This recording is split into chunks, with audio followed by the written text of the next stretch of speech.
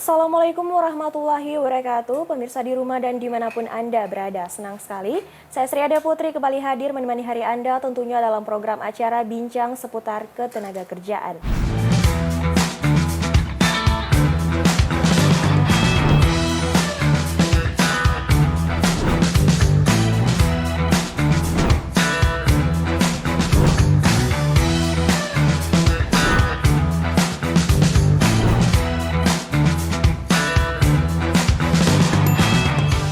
Nah, seperti pada episode kita yang lalu, kita telah membahas mengenai PHK karyawan menurut Undang-Undang Cipta Kerja.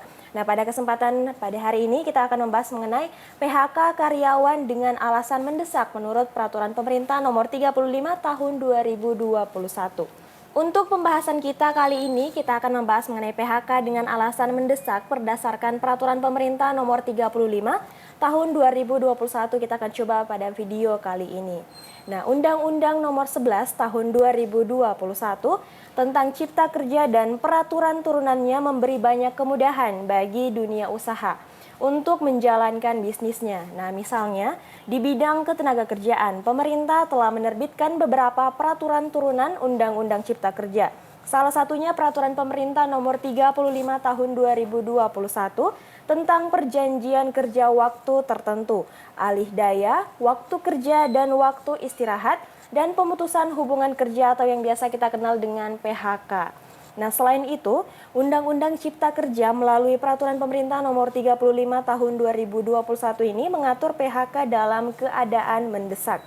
PHK dalam keadaan mendesak diatur pada pasal 52 ayat 2 yang berbunyi bahwa pengusaha dapat melakukan pemutusan hubungan kerja atau yang biasa kita kenal dengan PHK terhadap pekerja atau buruh karena alasan pekerja atau buruh melakukan pelanggaran bersifat mendesak yang diatur dalam perjanjian kerja, peraturan perusahaan atau perjanjian kerja bersama. Yang menjadi pertanyaan adalah pelanggaran bersifat mendesak yang seperti apa yang dapat diatur dalam perjanjian kerja, peraturan perusahaan, atau perjanjian kerja bersama, sehingga perusahaan dapat langsung memutuskan hubungan kerja terhadap pekerja atau buruh.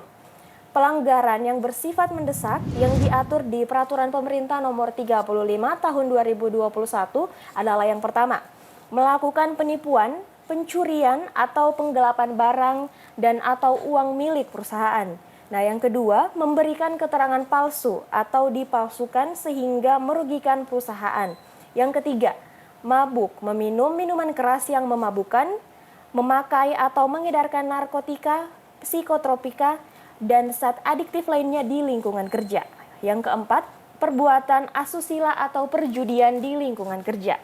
Yang kelima, menyerang, menganiaya, dan mengancam atau mengintimidasi teman sekerja atau pengusaha di lingkungan kerja. Yang keenam, membujuk teman sekerja atau pengusaha untuk melakukan perbuatan yang bertentangan dengan peraturan perundang-undangan. Yang ketujuh, dengan ceroboh atau sengaja merusak atau membiarkan dalam keadaan bahaya barang milik perusahaan yang menimbulkan kerugian bagi perusahaan. Yang ke-8, dengan ceroboh atau sengaja membiarkan teman sekerja atau pengusaha dalam keadaan bahaya di tempat kerja. Poin yang ke-9, membongkar atau membocorkan rahasia perusahaan yang seharusnya dirahasiakan kecuali untuk kepentingan negara. Poin yang ke-10, melakukan perbuatan lainnya di lingkungan perusahaan yang diancam pidana penjara 5 tahun atau lebih.